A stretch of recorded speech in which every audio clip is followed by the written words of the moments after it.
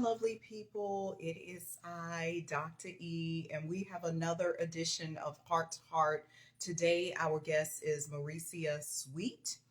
We are going to be talking about birth and community. She's actually a doula. She offers all kinds of services to young women, to families, really. And it was just a joy to meet her. And here's why this is relevant for me too.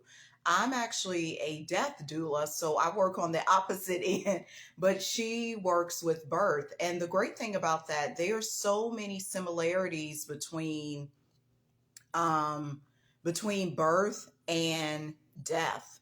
It's like so many different things. Like people may similar because here are some of the things.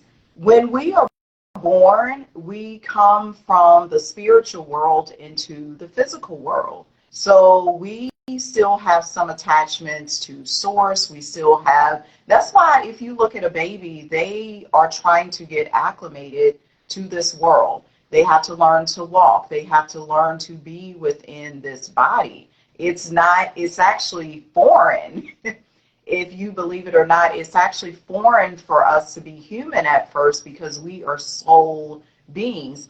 And then on the other end of life, we are transitioning from the physical back to the spiritual. So we have to learn to let go of the body. And I've actually witnessed this with clients of mine. I did many years assisting with hospice. I've sat by the bedside of people as they were dying. All kinds of stuff. I had to sit with one patient for a couple of weeks before she died. I helped her do her legacy project to her children and everything. It was those experiences really taught me a lot about life, just about life in general, about who you are, who we are truly in spirit. And that's why we're talking about birth today. And it's exactly birth and death, I feel like, are aligned in so many ways. Because of that. And the reason I chose, hey Mauricia, I think you'll just have to flip your camera around and just, there you go. You look so pretty and pink. I see you. How are you doing today? Fantastic. How are you? I'm fine. I'm feeling good because I actually got a break. Like I've been working all these hours at my part-time serving job. So I'm like, Monday, yes, it's a break. Yes, I love it. If, and most times for people, Mondays is like that day, like they're hating. They like, I don't like Mondays because it means I gotta go. I get excited about Mondays because it means something new.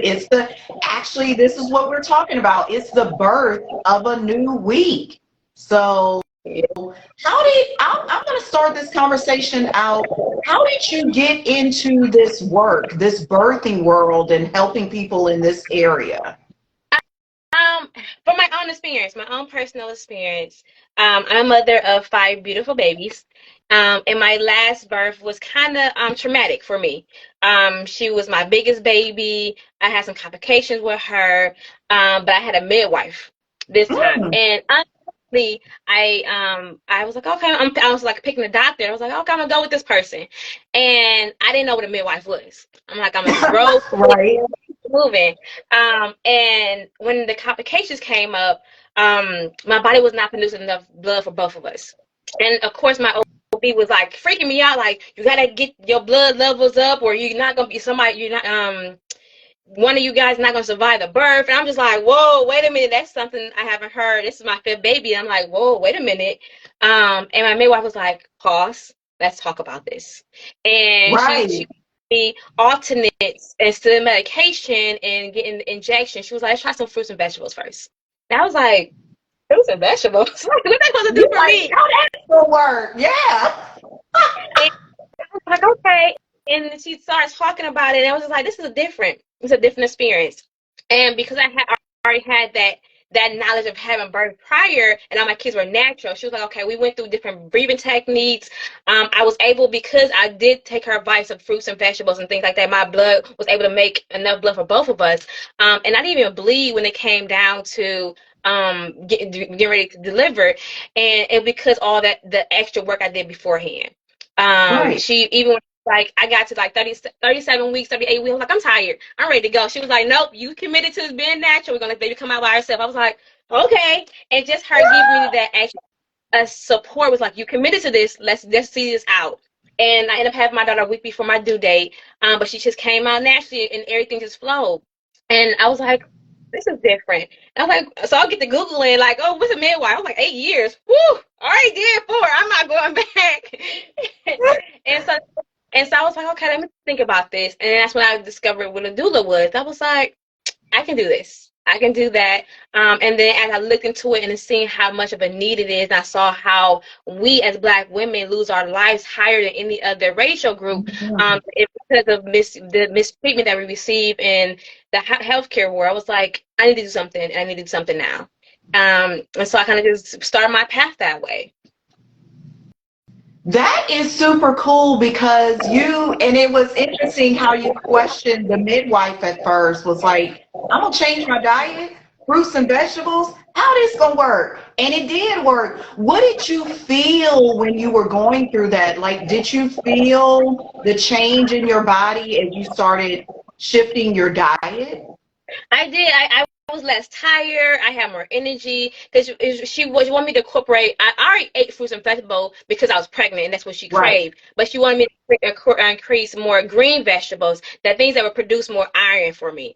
And that's what I did. So I feel wasn't so tired no more. I got up. I was walking around. She wanted me to walk a little bit more, so I would get out of my house and I just walk. And just doing those little things helped me to be able to prepare my body for when I got ready to to have her. You just said something important because this actually came up. We did a seminar on Saturday and it was about love, but the topic of iron came up, that women are not as high in iron. Is that something you find with some of your clients? What do you run across with the iron thing? Yes, I have found that iron deficiency inside a lot of my clients. They're like, oh, I got iron pills or I have to get injections. It's all because it's not included in our diet. We don't have a balanced enough diet. We go to the first thing that's cheap and that's quick and easy to make. That's what we run to. However, if we just take time, just salad, spinach, broccoli, that adds to it. And drinking more water. I've heard women say, "Oh, I don't drink water." Like, excuse me, like just doing the little things, getting outside, walking a little bit more, getting your sleep. That's a very important. Especially for Black women, we be like on the move all day, every day. We gotta make sure everything is done. When the kids are in the bed, we clean up the house. Sometimes we just need to sleep. We need some rest. Yeah, okay. Tell me three, because you've been doing this, you've given us your personal story, how you got here because you had a midwife. How have you seen being a doula help you be a better mother yourself? Got it. So when I became a doula, I was looking for, like, I wanted something that would connect it to me. Because I seen a lot of other doula programs. It was just like 3 days in and out, and that was it. I was like, I don't think I can really learn and grasp this concept in 3 days. And so I was like, oh, you know what, God, this is what I want. Make it happen for me. And this one day out of nowhere, I was scrolling. I saw this sister midwifery doula class, Mhm. and I was like, this is different. And this was during COVID, and she was 100% on her in Louisiana. I was like, oh man, how am I get there? And I was just like, I was thinking, I was like, okay. And so I seen this email that said she was going viral. I'm going virtual. I was like, oh, this is perfect. And so I started looking at her plan. She talked about the history of midwifery, of doula, all the history that poured into us, and she talked about self-care. She talked about the importance of creating all these different routines for us. And I was like, this is something I want to invest in. And so in the midst of this class, it taught me about who I was, about identifying me outside of being a mother, outside of being a doula, outside of all my titles I had to be. It taught me how to be me. And that, I think, was the biggest thing I took from this experience, been how to be committed to me, how to be everybody, how to be Mauricea on top of everything else. And that allowed me to open my eyes to see that I'm not just mommy, that mommy has a life too, and showing my kids that outside of being your mother, I'm this person. So you are this, you're your own individual person. So I was able to bring that to my kids and teach them how to be themselves, how to unlock who they truly are, even though they're still young, just who they are in this version of them, to stand true to them. It taught me how to be gentle with them. Because if I got to be gentle with myself, I got to be gentle with my clients, I got to be gentle with everybody else, I have to be gentle with my kids first. And it taught me how that, and to see things from a different perspective. Because kids have a whole different view on life than we do. And Don't I they? had to take that into accountability, like, this is different. Let me see things from a different point of view, and because they were able to help me heal in that same sense, because they saw things, they saw me beautiful when I didn't see myself beautiful, and Wow. that's kids do that. They be like, "Oh, you so beautiful." When a kid tell you beautiful, you beautiful. Like they don't see nothing else. Ain't that true? We judge Yes. ourselves. And so it taught me how to bring that into my doula business, as being gentle and seeing things from a different perspective, because my way is not always the right way, and what I view may not be the same view in somebody else's perspective. So it's taught me how to just love on myself, bring out people's true self. Because I'm not doing this for me. This is for you. I'm here to help aid you in whatever it is you want me to do. But you have to understand who you are first. And so that's what we talk about in my practices with my kids, anybody, and whoever listens, I'm gonna talk about it. So you gonna let them know, like, it's all and just like you said, Mauricia, it is all about understanding who you are so you can give your best self. Don't you work with a lot of like teen mothers? Because don't you do like some sex education and all of that stuff too? Yes, ma'am. So I work with a broad age group. I'm for everybody. I see a lot of teen moms. I've been in the human service field for a while. I Hmm. am actually a social worker by trade. So I've worked with kids all the way up, and I see a lot of teen moms who are struggling, and it's because they don't have that support. And I think within our culture, we have this tendency to, oh, you got a baby now, you're on your own, instead of being there for them and helping them and teaching them the things that they need, because they're out here suffering and they get caught up in the system, and it's a revolving door over and over again, because no one's taking the time to say, what do you need? How can I help you? And I think it's the biggest struggle that we have within our community, that we are not pitching in like we used to.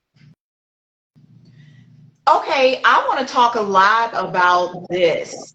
People not pitching it. What are you finding that works as you're working with these mothers and really the families, because it expands beyond the mother who is giving birth? What are you finding that works to make this successful? Um, well, worse, it's just being gentle and be able to have that open communication. Um, we do a lot of, I was a teen mom, Mhm. and we do a lot of shaming and blaming, and sometimes you just don't know. My mother didn't tell me about birth control. I was just like out here with willy nilly in it, and so it created a baby. But if I would have had that education, okay, let's talk about that taboo stuff in our generation. I mean, in our culture, it's taboo. We don't talk about sex. Let's talk about sex. Let's be real and let's be honest of what it can lead to, how to protect yourself. If we would have had those conversations, maybe the need for me to go and do it wouldn't have been that big. If we had those conversations in a safe place, creating safe places for our kids to come and talk to us, not even our kids, but our nieces and our nephews, creating that space for us them to come to be like, I'm thinking about doing this. What Right. can we, let's talk, um or my body's responding like this, how do I handle it? And in those little conversations, we can help. That means the most. I've seen in my own kids' life, when I have that open space for them to talk, they just vent whatever they gotta say. And I'm not. And sometimes I'm like, okay, Mauricia, you remember you're mommy, but you also their friend, so don't take everything Yes. personal. Right. You did what? What? Well, okay, but you have to have that. They have to have that place to be their friend. My daughter, was like, she hear a lot of people, Black culture, be like, "Oh, I'm not your little friend." But in fact, you are. You have to be their friend, because how are they gonna come up to you, open up to you, if they know you're not gonna provide them a safe space? I am my kid's little friend. I ain't that friend, but I'm your friend. I want you to come to me and talk to me, have those conversations, so that way when it's something like this happens, you can come to me the first thing. Mom, I'm thinking about having sex. Okay, let's talk about it. Let's plan it. Like, and I think that parents understanding that kids have a mind of their own. They're not going to operate in everything that and be everything that we desire them to be, because they're own individuals. And having that mindset of, okay, this is you. How do you want to live your life? What do you have in vision for your life? Tell me what your plans are. And that's when we come in, like, okay, I see your plans. Let's talk about how we get there. Having those conversations really works. Providing that safe place. And having someone that's not you they can talk to. Like, my kids have their auntie they can go to talk to. I love that. Yeah. Kids are scared of their parents. Like, they may discipline me, so they know they can go to their auntie, tell her whatever she got to tell me, and they can keep it between them. If it's something serious, she'll come to me about it, and we'll talk about it, and we'll move forward in that manner. And that helps. And if you don't have the tools, ask for help. We don't ask for help for nothing. We want to do everything by ourselves. We got this, we got that. Sometimes we just gotta ask for help. I'm dealing with this situation. How do I handle this? How to talk? Calling your sisters, calling your brothers, calling whoever you gotta call. We'd be embarrassed to have to tell people about what we got going on, and they can really probably help us or direct us in the right path that we need to go to. Things that really work. Yeah, that is so true. We don't ask for help. And I even you got me thinking about my nephews too, because my nephews do, I'm auntie. I don't have any children of my own, but they do, and they're teenagers now. Like, one's in college, one's a senior in high school. And so, yeah, they do come to me with different things. And I've been very open and candid with them about like sex and dating and all this stuff. And I love, that's just me anyway. So I'm definitely grateful I'm in their life for sure. Now, when you're working with these families, do you stay with them for a certain length of time? Do you only do one session? Tell me about how you work with these families through the birthing, through the education, all of it. Okay. So with my services, I'm very hands-on. I tell my clients very beginning, I'm hands-on. You're gonna see my face, you're gonna hear my voice. If that's not what you're looking for, you can go somewhere else. And it's because I know that people need that support, and that's that social worker part of me coming out. Like, I want to be there and help and service you. So wherever I initially meet you at, we go from we do a monthly check-in. Hey, how things are going? Mm-hmm. Are you doing anything? Is there any resources I can connect you with? So that way I can make sure you're taken care of. If you're at the end of your get ready to deliver, we meet more often, every once a week. So that way we can make sure we can go over your birthing plan, your parenting style, get your supports together, different techniques and position to get your body prepared and ready for it. And then we go through the whole birth experience, the delivery, and then after, I stand and stick with my clients between 6 to 8 weeks, depending on how much care they need. Because I know that the first couple weeks, everybody in your face. Hey, what you need? After the third week, people start to die off and they fall into the That's scene. right. And I understand that postpartum kicks in, baby blues kick in, and no one's around. So I want to be that person checking in, even if I'm not seeing you face to face, checking in. Hey, are you okay? Are you eating? Are your needs getting met? That list of supports that we created, are you holding them accountable to come and sit with you and talk with you and help you out? Are you reaching out to them if you need help? And then we have a discussion about 6 to 8 weeks, depending on the parent, if my services are no longer needed. And so that way I make sure that they're good. If they need resources, I connect them with resources, whatever they need before I remove myself, and make sure they have it. Wow. So you doing these monthly check-ins. Does anybody ever get upset with you because they're like, will you stop checking on me? Or has that ever happened at all where people, they may be frustrated in the moment or a little overwhelmed does that ever happen? Yes. Now, after postpartum, I have had moms. Gotcha. And I was like, okay, you know what? It's not a good time. I'll call you back later. And I do call back. I'll call back, give it a couple of days. Hey, just checking. I had one mom just, I was reaching out every week and she just was not responding. And I just left it alone. And then she reached out. She was like, I apologize. It was just rough for me. And I kind of just shut down. A lot of things were going on. I'm okay.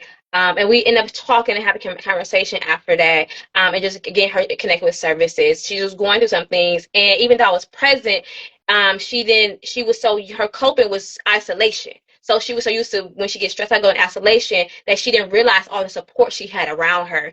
But she was able to come out of that and use the support she has. We have since then cut ties, but she still is interacting with people that I connected her with.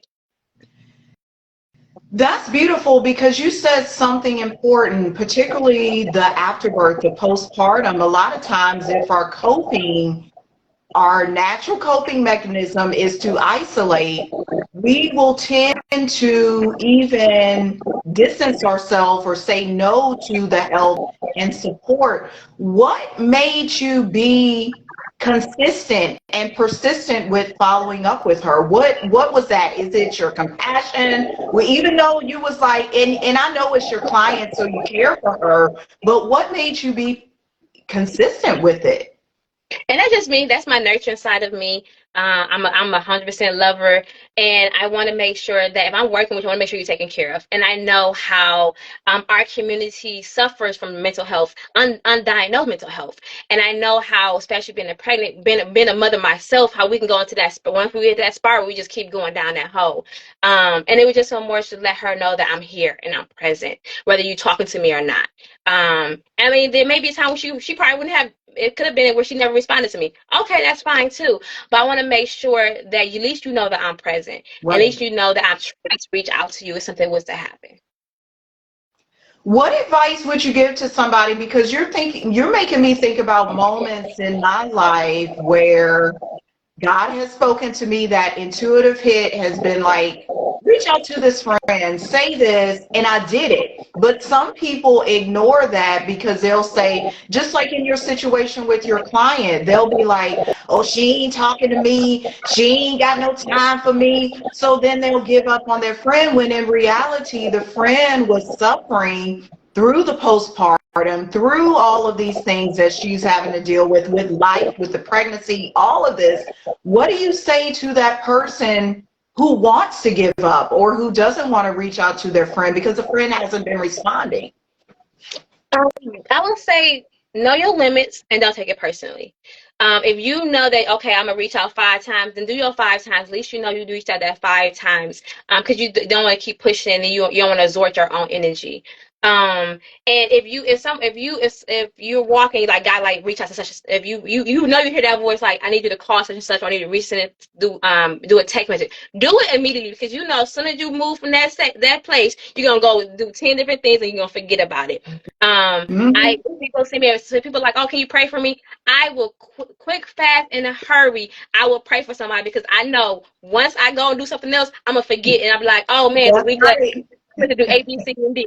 Like if the spirit tell me I need you to call or send a text, I will do it, because I'm in tune, for one, and that may be that reach out they need. Because I've had people do that to me, and like my best friend, she be like, God told me to reach out to you today. You okay? I was like, I needed that. And it works. Sometimes you just need that person to ask you if you're okay. My brothers do that too all the time. He'd be like, you okay? Yeah, I'm good. I'm good. He's like, no. You sure you're okay? He'll call to hear my voice, make sure my voice sound right. But that's because he took that initiative and he listened to the spirit. He listened to God and was like, I'm gonna reach out to her. So in that instant, I would say reach out, but know your limits, know your own boundaries. If they're not reaching out to them, don't take it personal. If they're not responding, don't take it personal. They may be going through their own little storm. And telling people like, or maybe just even communicate. I tried to reach out to you several times, make sure you're okay. I'm just checking in. If you need anything, I'm here. I'm a text or phone call away, and leave it like that. Like they may not been able to pay their phone bill. How we know? Like we don't really know. Like we don't really know what's going on. At least they know you tried or something. Yeah, because you are right about that. Because when I moved here, I moved recently. Well, it ain't been that recent. It was back in the spring. I moved from Tennessee. Yeah, texts are great. Yeah, I moved from Tennessee to Atlanta, and in that transition, I changed my number, and that phone number I had had for 20 years. So I'm Oh, sure there are people. Yes, I'm sure there are people still trying to reach me, be like, where's Elmira? I don't even have that number. I can't give my new number to all the people I ever knew. It's just not going to happen. So I love what you said about don't take it personally, because it's not personal at all. I'm going to flip the script a little bit. What do you think is the number one thing we need? Because we're specifically talking about birthing in the Black community and everything around birth, sex, all of that. In your opinion and in your experience, what is the number one thing we need in our community to make the process healthier and more fruitful? mm, that's a good question. Yeah. Um, educate ourselves. Educate ourselves, I think, be the number one thing. We tend to just go with the flow. We hear something, Mm. we're going with it. Or my mama told me this, my mama told me that, my grandma did this and that. Sometimes that don't work right now in these today's times. And educate ourselves. I'm talking about our doctors, who our doctors are. Have they had any fatalities? What's their success rate? How do they care for their clients? Read their reviews. There are apps now that rate doctors and their services that they provide to Black women and black families. Wow. Um, you can Google it. You can Google the doctor, read about the person, the hospital itself. Have they had fatalities, and what's the rate of incidents and accidents? How they care for Black people. And people leave those. If you had a bad experience or you had a good experience, leave that review so somebody else coming behind you will understand or see what's going on. Um, and when it comes to birth, we don't know everything because it can't pass on a Mm. generation. Things has changed. Times has changed. Educate yourself about new procedures, new methods they have going on. See what your options are. I read about this. Do you offer this? Understanding what your rights are when you're getting ready to give birth, when you're getting ready to go into the hospital. Educate yourself about the natural things. People don't know that we don't need, our body makes birth control when we breastfeed. And people are like, what? Yeah. Our body will prevent us from getting pregnant while we're breastfeeding. And if we so quick to go get a birth control shot or a pill, whatever it's going to be, but and that's there we don't need that. But people don't know that because we don't educate ourselves about it. Ask questions. I teach parenting classes, and a lot of things that have been passed on for generations don't work today. Yelling and screaming. I'm not about to yell and scream all day. Like our parents did that, they did that, they did that. I'm not doing it. I said it Right. one time. I said maybe say it twice. I'm not about to yell and scream at you all day. Let's talk about it. Let's learn a different way of doing it. And I also say communicate with our friends and family what our needs are. People don't know how to help you unless you communicate that. I've learned that in my relationship. I've been this Black, strong, independent woman all my life, and I was like, you know what? I can't continue to be this Black, strong, independent woman because I'm tired. Like I need some rest. And being that strong person, no one asks you for help when they know you got it all the time. And so I had to learn how to communicate to my partner that I needed help.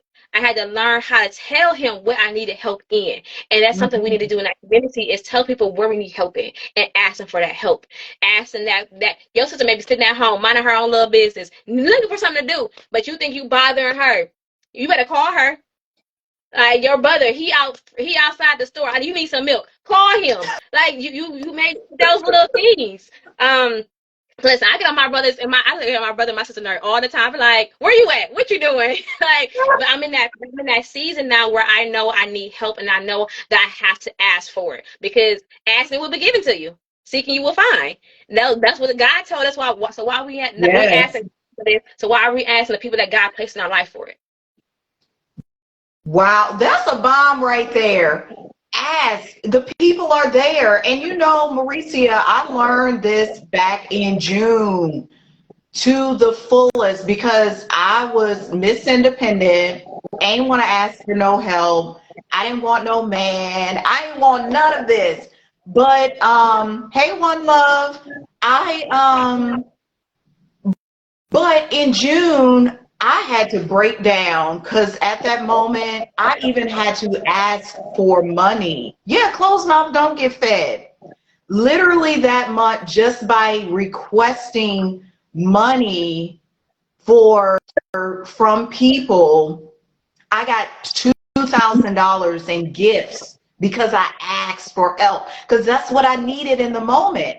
I needed, and I was honest with people. Sometimes, just like you said with your brothers or so, you'll reach out. You're not afraid to call them. That's exactly what I did. I told them because I was transitioning my business and I had moved and did all of this stuff. I was in between employment, and that's what I told people. I was like, can you help me in any way? People sent $60, $100, but before I would have been afraid to ask. I was ashamed. And this is how we act, even with the birthing stuff. Even I'm so tired of, and I'm going to have you speak more on this because you are the doula.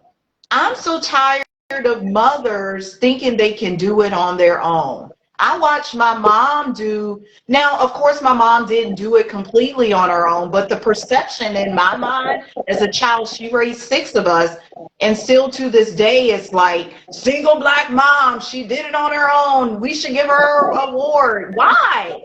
We are a community. We're doing this together. We have aunts, we have friends, we have cousins, we have uncles, we have grandparents, we got coworkers. So speak about that. Why do we want to do this mothering and parenting, and not just the mothers, it's the fathers too? It's that I feel like it's that our culture, like that strong Black women mentality. Like, I'm so tired. Like, we tired. I get being independent. I get being independent, but we can't do it on our own. And if we want to go back in the days, they didn't do it on their own. They had a whole community. Grandmas live in the household. We had 3 generations live in the household. And somewhere down the line, we lost that connection. We don't even have dads in the household anymore. And we want to be strong and independent. I'm not saying settle. If your baby daddy ain't good, he ain't good. I'm just saying if you need help. I'm working with a young mom now, and her baby's 1, and she was struggling. She was like, I need daycare, I need this. And I was like, call daddy's mother and ask for help. I don't want to bother her. If you don't call his grandma and ask her for help, what I was like, and she kept making up excuses why she didn't want to look like she was weak, like she ain't got it. I'm like, that's a problem. You don't have it. You're struggling. You tired. You overwhelmed. Your mother has to work the baby. So allow somebody else to help you out. He had a whole team of, he got sisters, he got brothers, he got grandma, great grandma. Let them help you. They want to be involved. They're not involved because you won't ask for help. And she called, and it was like, oh yeah, I'm coming to get him. All you had to do was pick up the phone and call, and there's your 2-week break. Girl, you better go live your life for 2 weeks and get some sleep. And then before she asked for help. And I feel that's in our culture really strong, and it's hard to break that. Even for myself, I was married when I had my kids, but even then being married, I was still like, I got it. You go do you. I'm gonna take care. I'm gonna take care of the kids, take care of the house, take care of your needs, and I'm exhausted. I didn't know who I was. I'm just going with the flow. I'm just moving, and it took me having that breakdown. I was like, I can't do this no more. Right. I can't sit and do it all because now my kids think I'm doing it all. I have a 17, well, she's about to be 17, and she is the mindset where she thinks she has to do it all. I'd be like, pause. You're 17. You got this whole life to live. You do not have to do it all yourself. What do you need help with? And it's just that question. What do you need help with? That her face light up and be like, I need A, B, C, and D. And we need to get to that point where we just asking for help.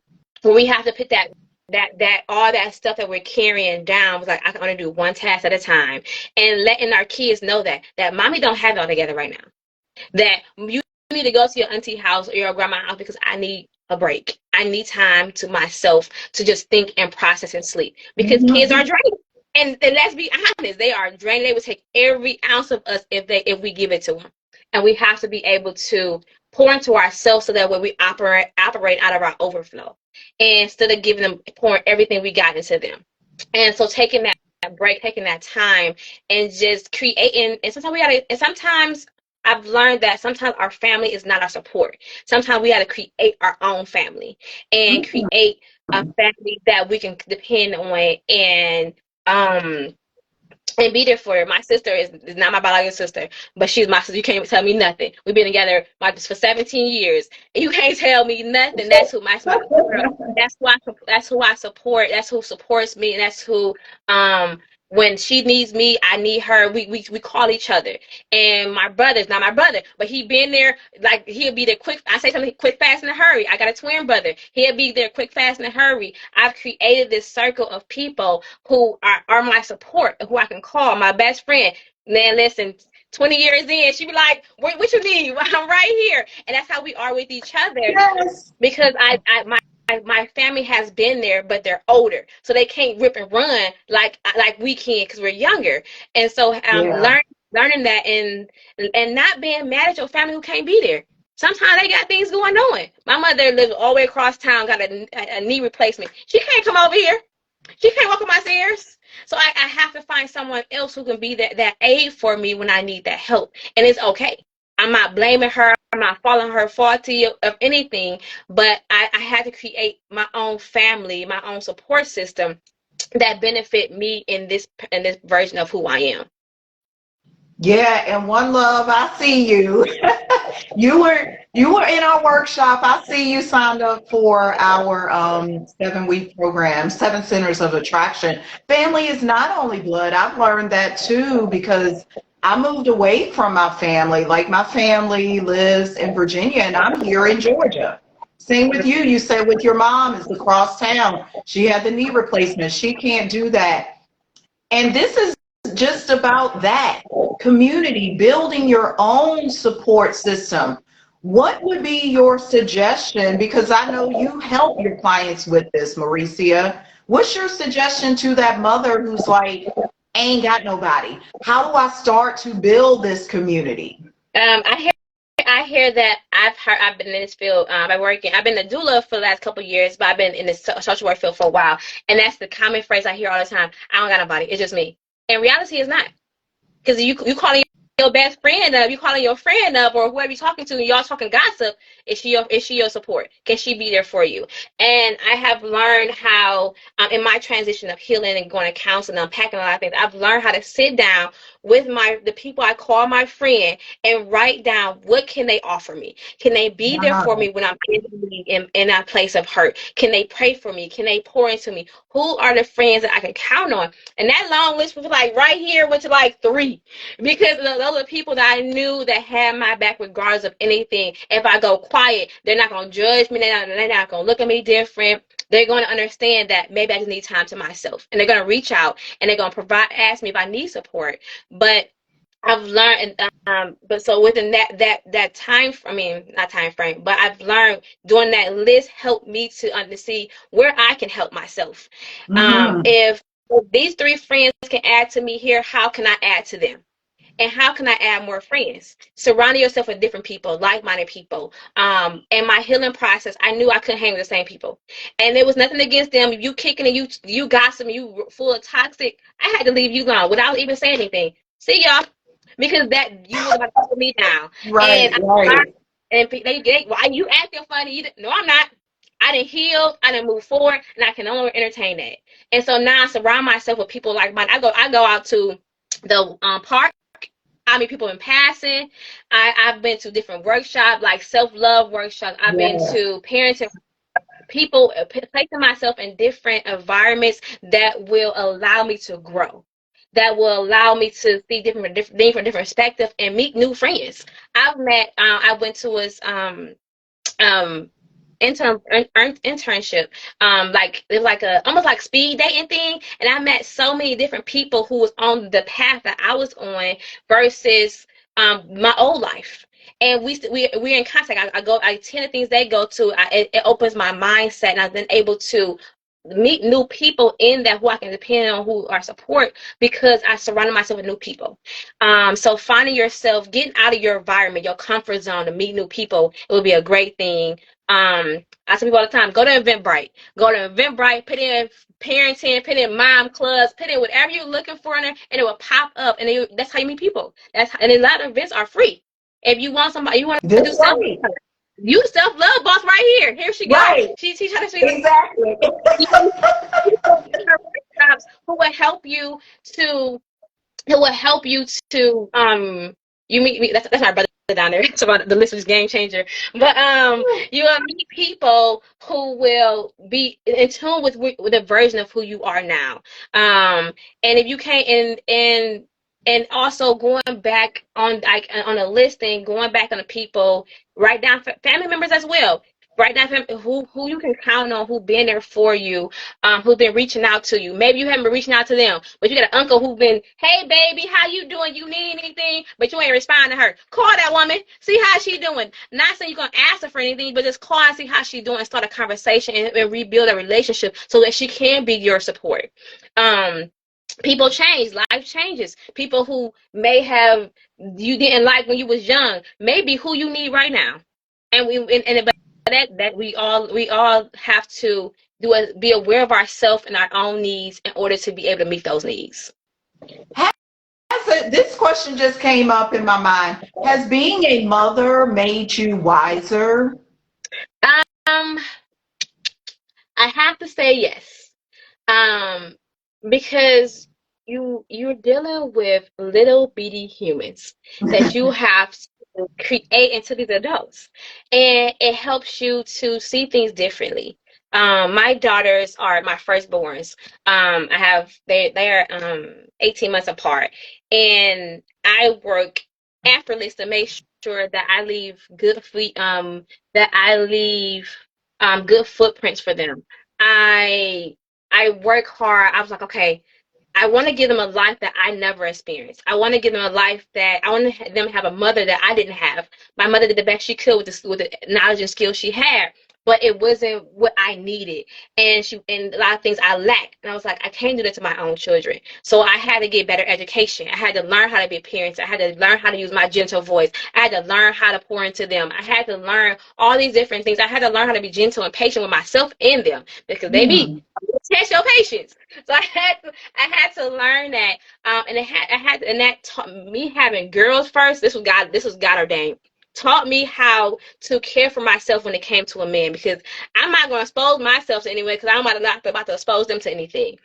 So it showed me how to love on myself. It showed me how to be gentle with other people. It showed me how to have good friendships so I can show them good friendships because I don't want to go out here acting crazy, having toxic stuff, and my kids go and do it. I'm wondering why they're doing it. I'm leading by example. They repeating after me. Like, and I got my boys are right in the middle, and to this day they be like, I want to find a wife like you, mommy. I was like, oh, because they know how important, they know how I love on them, and that's their goal to find someone who resembles their mother and the care and love and nurture that I can provide to them.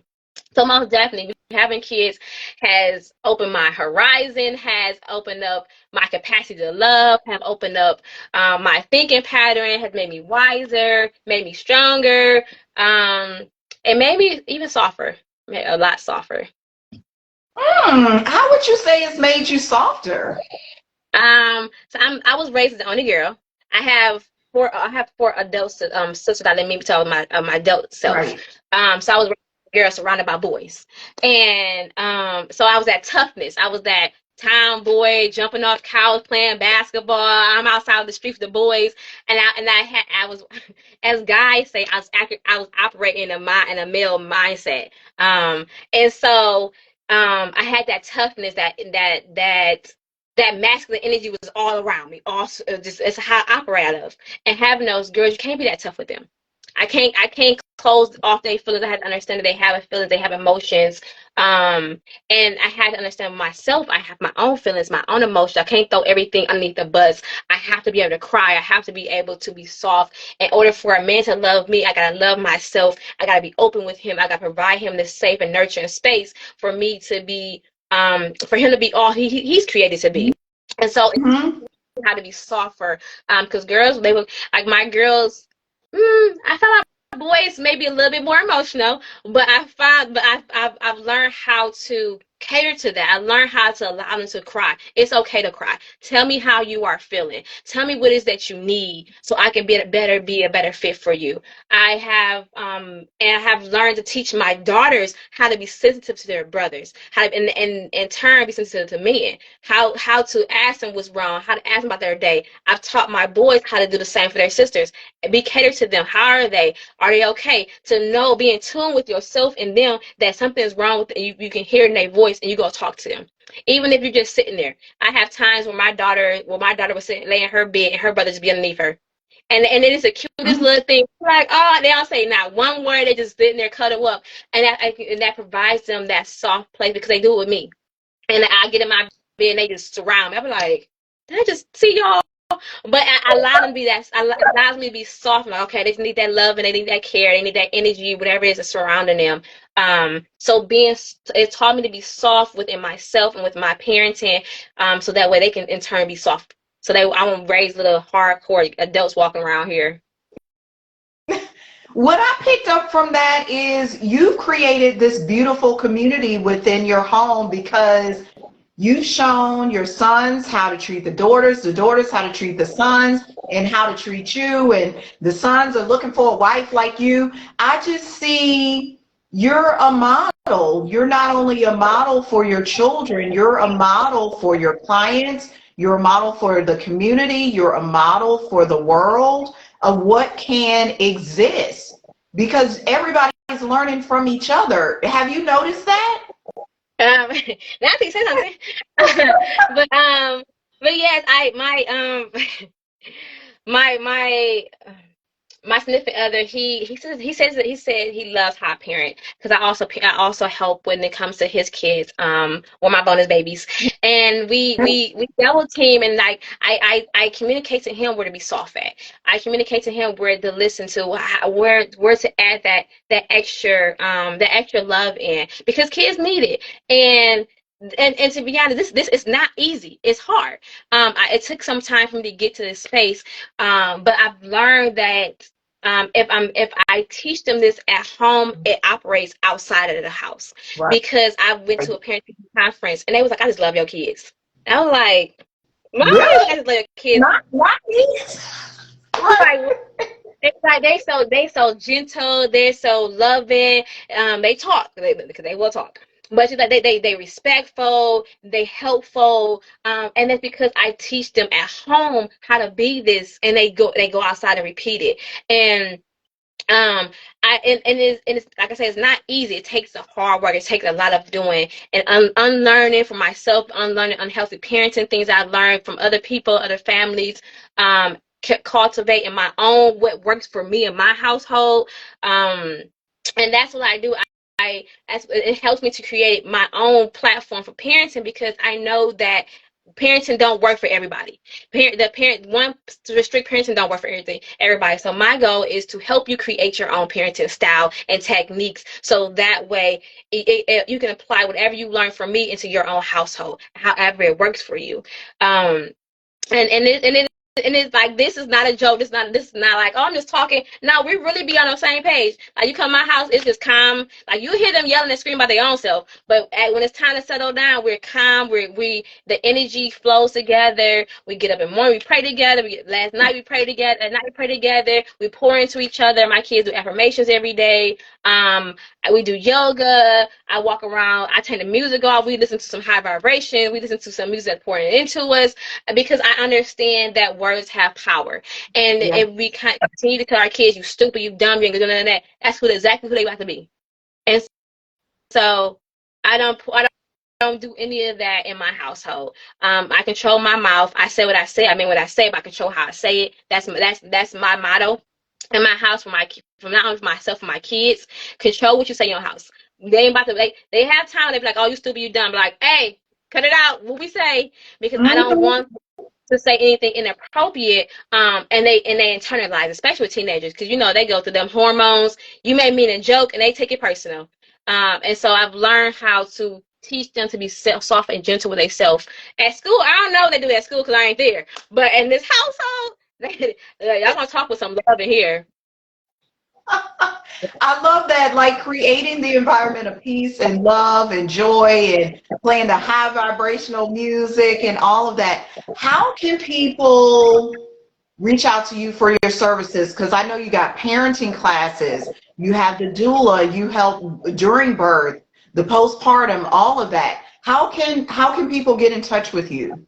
So they can reach me on Sisterhood at on Instagram at Sisterhood 21. I am working with a fantastic virtual assistant, Miss Brass and Brains. I apologize. And we're constructing a platform. So we're in the construction, but they can definitely reach me at Sisterhood 21. I'm gonna keep that page live, and I'm eventually switch over to my doula page, Sisterhood 21 at Gmail. They can reach me. They can call me at 216-438-1184. And I respond by text or phone calls.